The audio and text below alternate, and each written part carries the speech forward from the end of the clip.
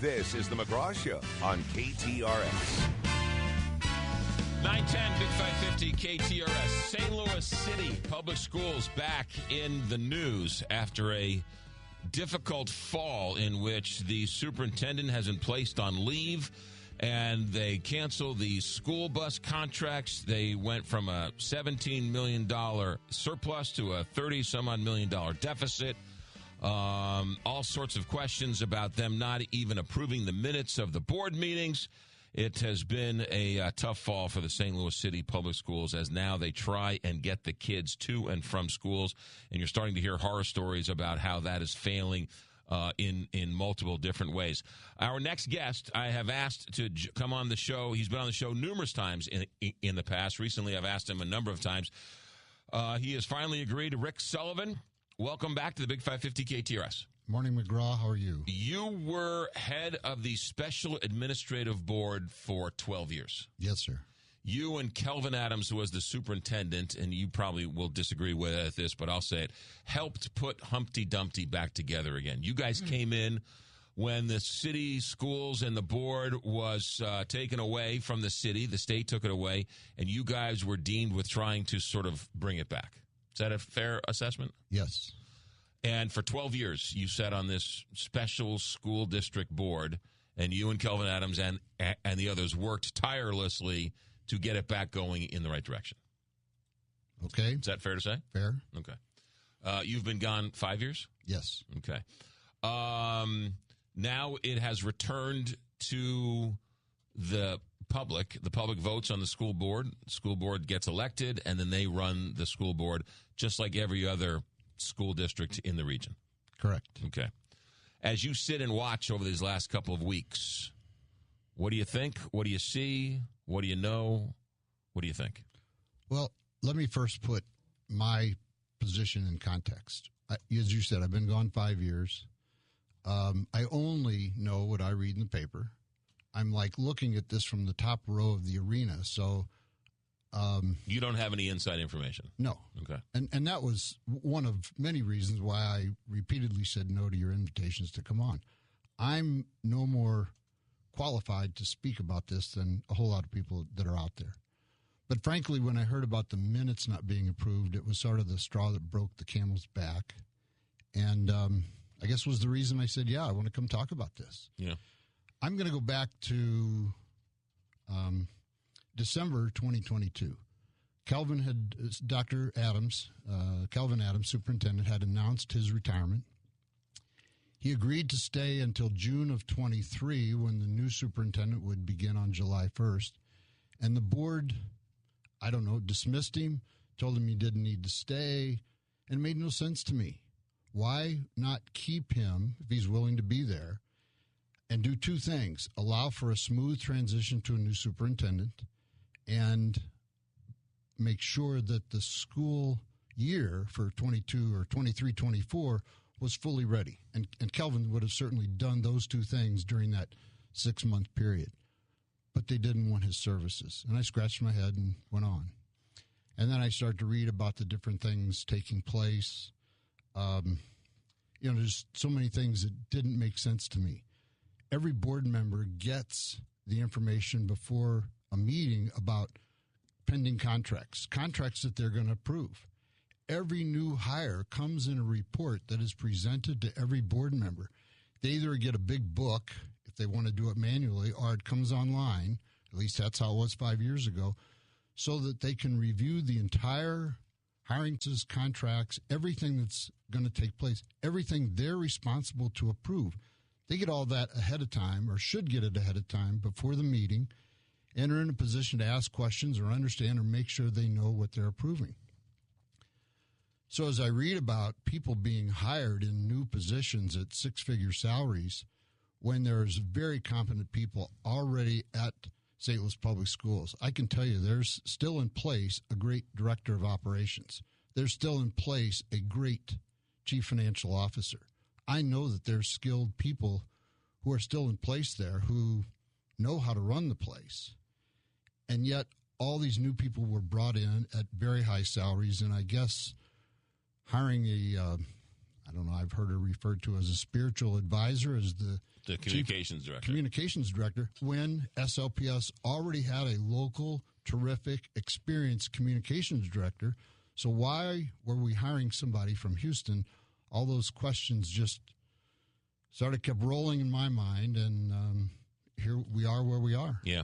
Then came word, or late last week, early this week, that the school board, and I don't even know how this is even possible, didn't even approve the minutes for, it seems like, months and months.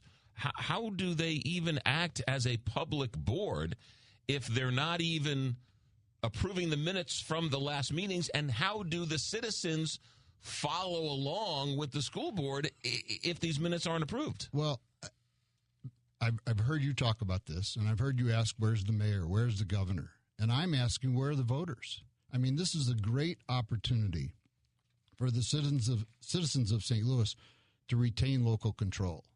And if they sit back and don't do anything, eventually, after a lot of pain and anguish, probably the State Board of Education or the state of Missouri will step in and take control again. But that should never happen.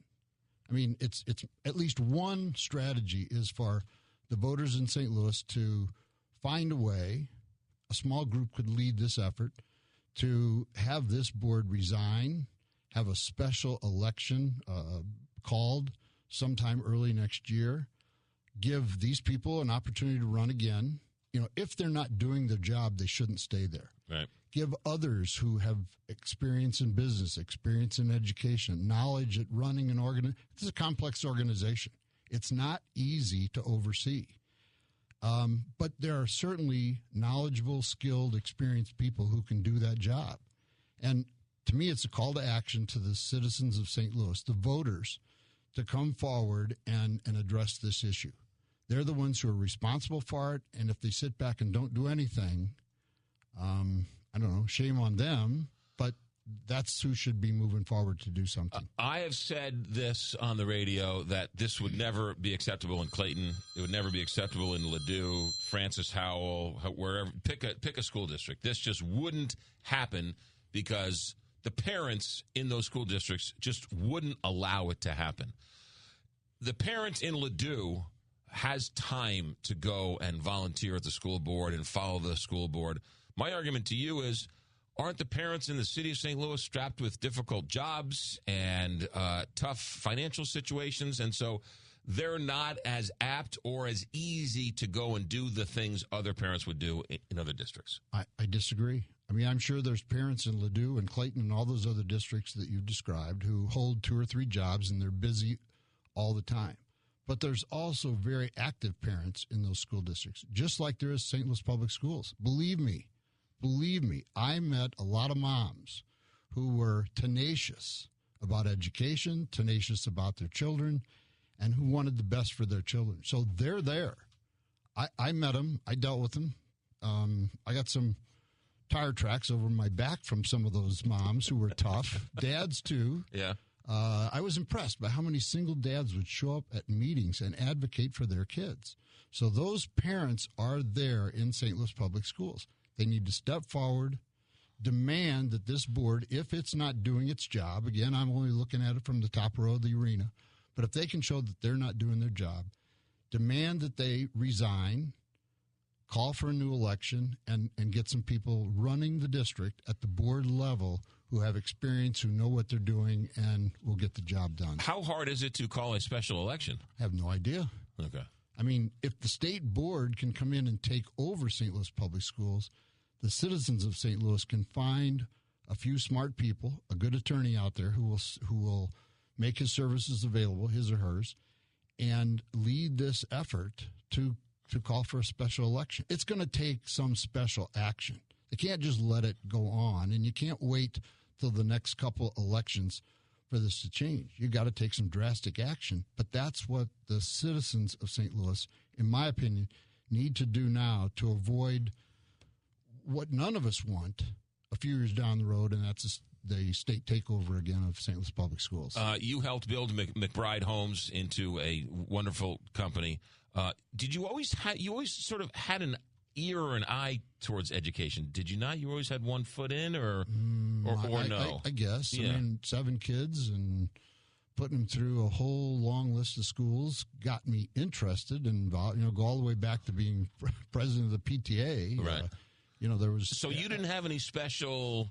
You just had business acumen when they tapped you to run the school board. I'm not sure I'd use the word business acumen, but I had business experience. Well, you certainly nothing. You ran your home building company. Nothing from an educational standpoint. Right. Yeah. It was just you rolled up your sleeves and wanted to help, and somebody asked you to help, and you did it. Yes. Yeah. Interesting. How does it go from a $17 million surplus to a $34 million deficit so fast? It shouldn't. I mean, there was a surplus almost every year we were there. And I credit Dr. Kelvin Adams for managing that business on a day-to-day basis to make sure that the revenues exceeded the expenses each and every year. I think when we started, there was a $60, $70 million fund deficit.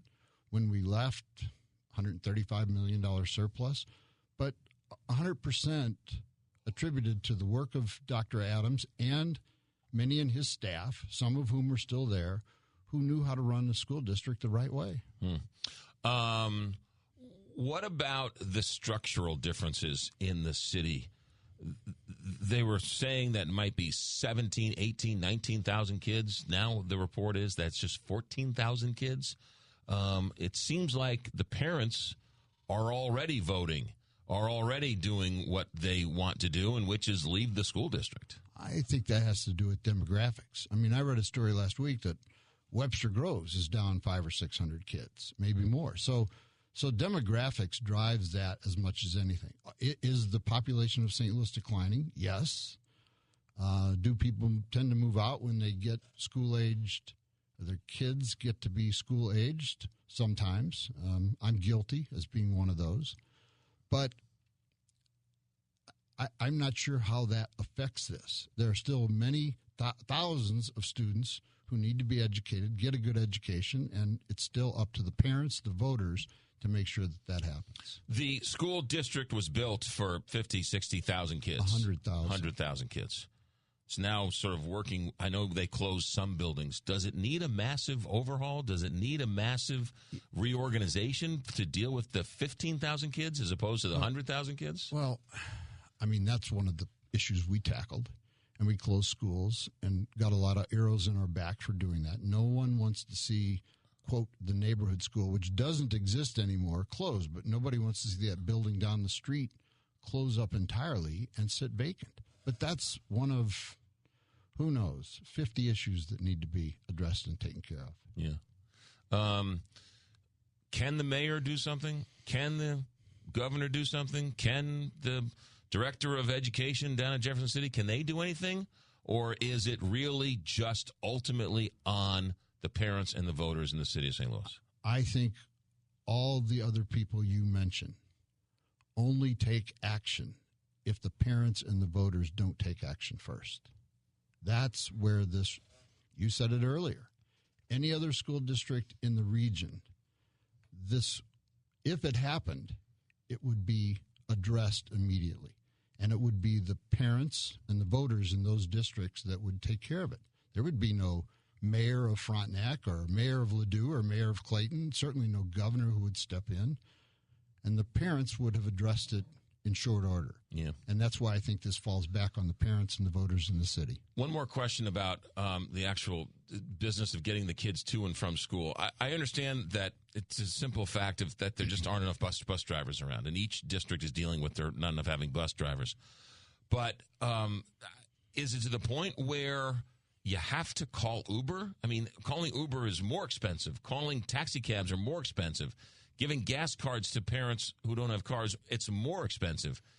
Isn't there an easier way to solve the transportation problem than Uber rides? I'm not sitting in that seat to really be able to answer that question. It was always a challenging issue for us. It's an expensive issue. I mean, I think that's what it comes down to at the end of the day. I don't know what caused the termination of the existing contract. Don't know the details. I know that we always had challenges with the bus company who served the district at the time. For example, there was no GPS tracking on those buses. We didn't pay them until that GPS tracking worked. Some outrageous number of buses failed the state simple inspection, like 90%. And we said, until you get that number under 10%, we're not paying you. So, again, these are what I would call day-to-day business matters that need to be dealt with in a business-like way. And if it costs more money to get buses to take kids to school, pay more money. Yeah. You got to do what you got to do. I don't want to put words in your mouth, and I want you to get your message, which is what you wanted to do, out. And I don't want to get in your way and muddle your message. You wanted to come on the show and say that it's right now, if the parents don't step up, the state is going to step up at some point, and we don't want that. Yes, that's how I see this unfolding. This is the parents and the voters who have a chance to exercise the local control that they want to exercise. And it's going to take some big shoulders and some unusual steps, but it absolutely can be done. And I think, no, I'm going to restate that. I know there are parents of students in the city who have the knowledge, the willpower, the strength, the fortitude, the time, the hard nose, and the time. Yeah, I mean, it does take time. This is a nights and weekend event. Yeah, but it's going to take all those things to get it done. But it can be done. Somebody who runs for the school board, usually as you mentioned, the PTA or whatever else. There's a stereotype of the mother, but in a situation like this, it could be a business person like yourself, step up, who has business knowledge, not acumen, business knowledge, and say, hey, you know what? Let me take my business sense and bring it to the school board. It's going to take a good mix. I guarantee you that in that board, it's going to need a dedicated mom who cares about the kids, knows the day-to-day of a school, to be part of that mix. You know, I will go back to one of my board members, Richard Gaines, who we saw the world from two different perspectives all the time. But we developed and we argued daily. But we developed respect for one another and let those different points of view, which were always focused on the kids, I think always lead us to the best decision possible. So having 7 board members from completely different backgrounds, completely different experiences, mixing it together, mixing it up from time to time, but doing what's right for the kids is the best thing possible. Do you still walk with Kelvin Adams every day? Not every day, but from time to time. All yeah. Right. He told me he was tired of walking with you. Now, before I tire out a lot of people. Now, before we let you go, say hi to your mother. Hi, Mom. How are you? Hope you're listening. There you go. She never stops listening. Rick Sullivan, former head of the Special Administrative School Board, now just a concerned parent who's watching what goes by. Rick Sullivan, you're always welcome here. Thanks for coming in. Thank you. Thanks, McGraw. Zach, thank you. You got 929 here, Big 550 KTRS.